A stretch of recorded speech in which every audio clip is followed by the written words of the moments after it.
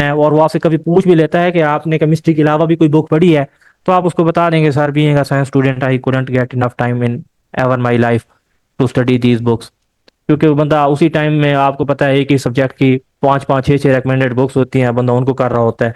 इसमें कोई टैब वाली बात नहीं है, आप उसको सिंपली बता दें। मेरे इसी इंटरव्यू में, मैं जिस पोस्ट के लिए अभी काम कर रहा हूँ, सीनियर केमिस्ट, उसने मेरे से इंटरव्यू में पूछा था, जी आपने कोई बुक पढ़ी हुई है केमिस्ट्री के अलावा? मैंने कहा जी सर मैंने पढ़ी हुई है। उसने कौन सा? मैंने कहा सर मैंने अभी पढ़ी है ROC नॉर्मान की ऑर्गेनिक केमिस्ट्री की बुक। वो कहता है नहीं नहीं वो हंस पड़ा।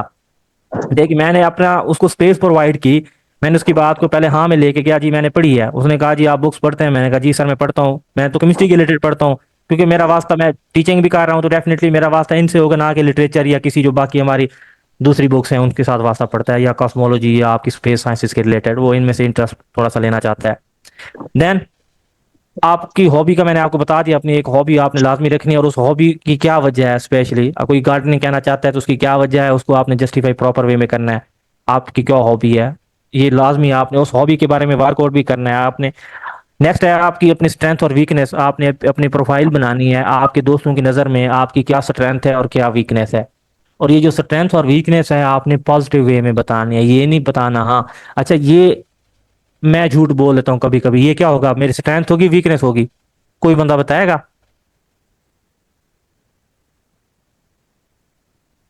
सर वीकनेस होगी, लेकिन ये हाँ थोड़ी डेफिनेट। बताएंगे कि कुछ बोलते हाँ हैं। बस ये नहीं बताना। आप ये क्या होते हैं, स्टूडेंट्स शुरू कर देते हैं, अगर वो आपसे खुद पूछे क्या आप कभी कभार झूठ बोलते हैं, आप कहेंगे जी बीइंग ह्यूमन मेरे से भी कभी कभार कोई ना कोई चीज के ऊपर आ जाता है, और ये हकीकत है, आप इसको कैसे डिनाई कर सकते हैं?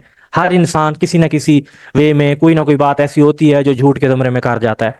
आप उसको नहीं डिनाई कर सकते, जब वो तक वो आपसे ना खुद पूछे, आपने ये खुद बात उसको नहीं बतानी।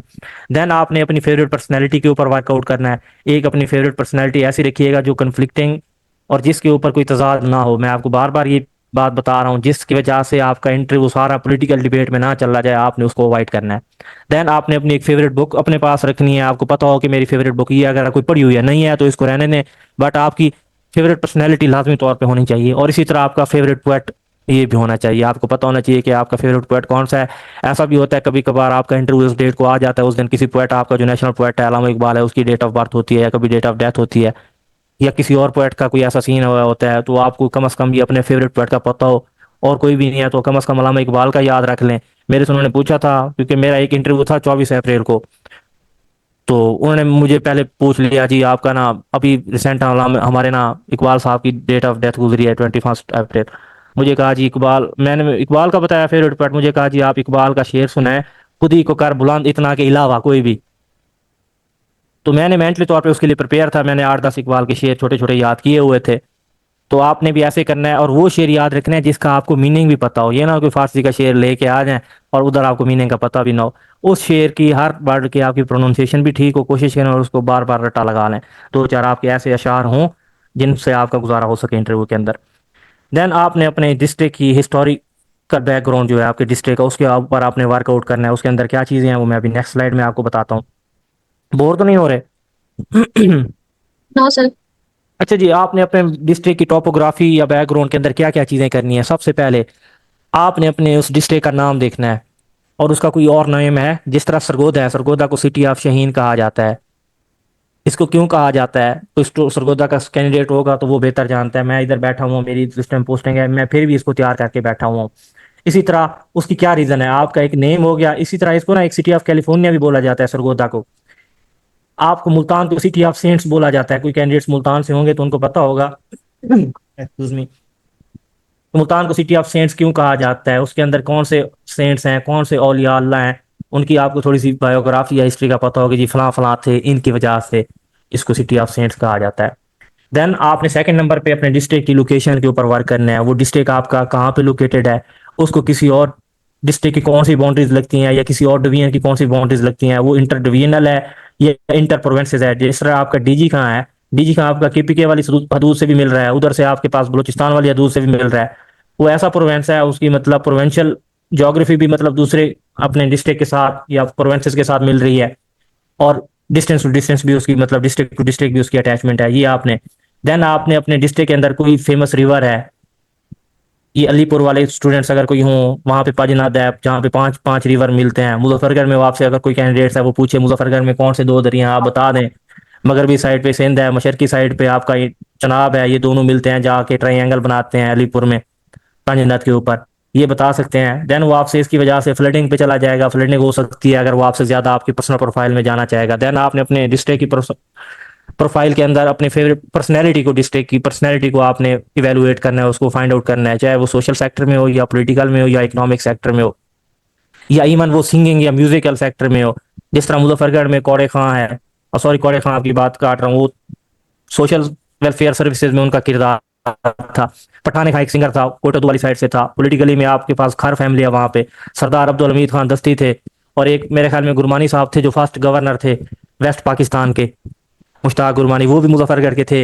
इस तरह एक चीफ जस्टिस पाकिस्तान के गुजरे हैं, जस्टिस तसद्दुक हुसैन जिलानी, एक ड्रामा एक्टर थे नासिर हुसैन, वो भी यहाँ से थे। फिर नाजिया रसूल एक मतलब लड़की थी, उसने बॉक्सिंग के मेरे ख्याल में उसकी गेम है, उसमें उसने गोल्ड मेडल जीता था कॉमनवेल्थ के अंदर। एक दो और प्लेयर भी हैं, अगर कोई प्लेयर आ जाता है, जिस तरह खाने वाले मेरे कुछ भाई हैं, उनके इलाके में आपको पता है कबीर वाला वाली साइड से वो अरशद नदीमी चन्नू से जीता था।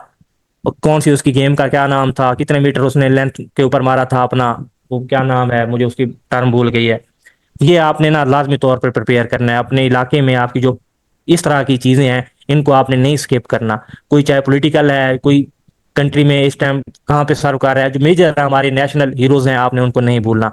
अरशद नदीम वाला वो मुझे याद आ गया, जेवलाइन थ्रो जो उसने फेंका था 92 पॉइंट समथिंग मीटर का, वो आपको पता हो वर्ल्ड रिकॉर्ड उसने बनाया था। देन आपको अपने इलाके की पॉपुलेशन का पता होना चाहिए, इस टाइम आपके इलाके की कितनी पॉपुलेशन है, 2 मिलियन है, 3 मिलियन है, 4 मिलियन है, जो आपका डिस्ट्रिक्ट है आपने उसकी।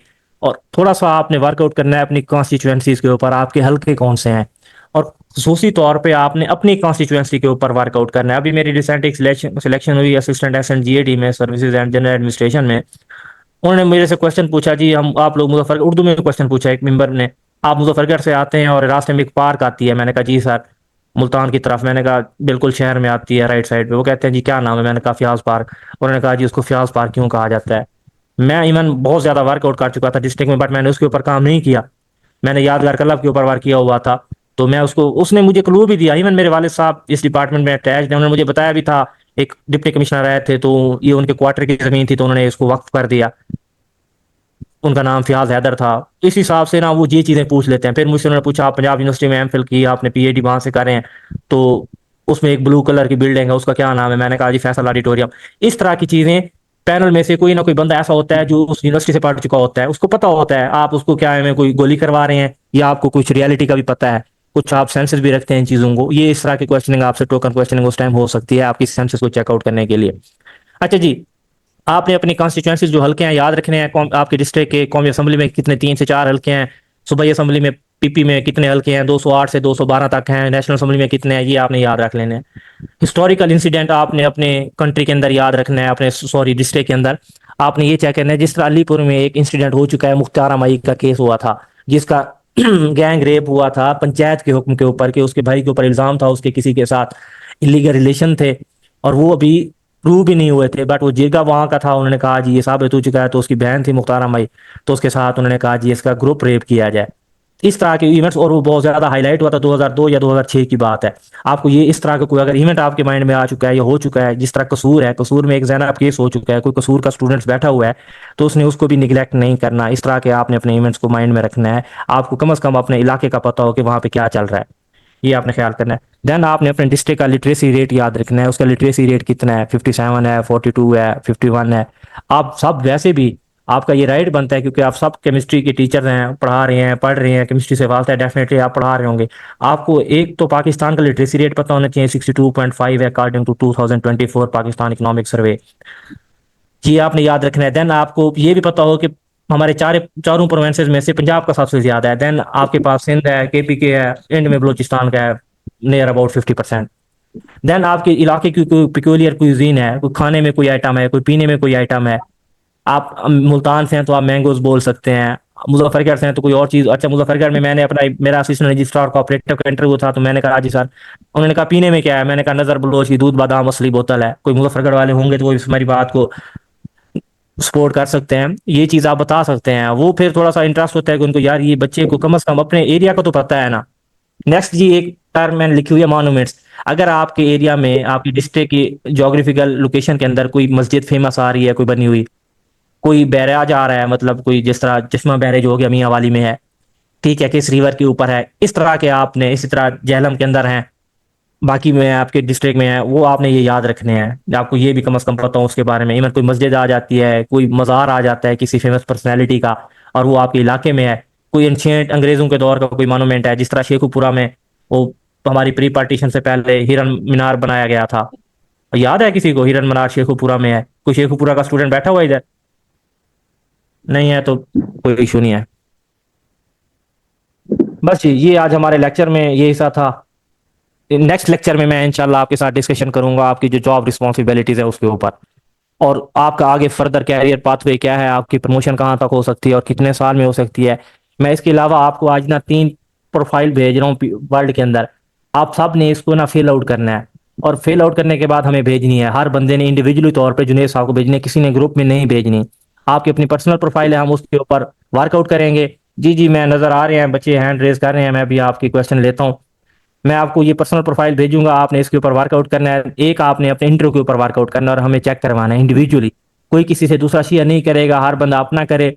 हम हर बंदे को अपने बेस्ट लेवल के ऊपर जाके गाइड करेंगे। आपने ये वर्ड्स यूज करने हैं इंट्रो के अंदर, ये नहीं करना, ये बताना, ये नहीं बताना।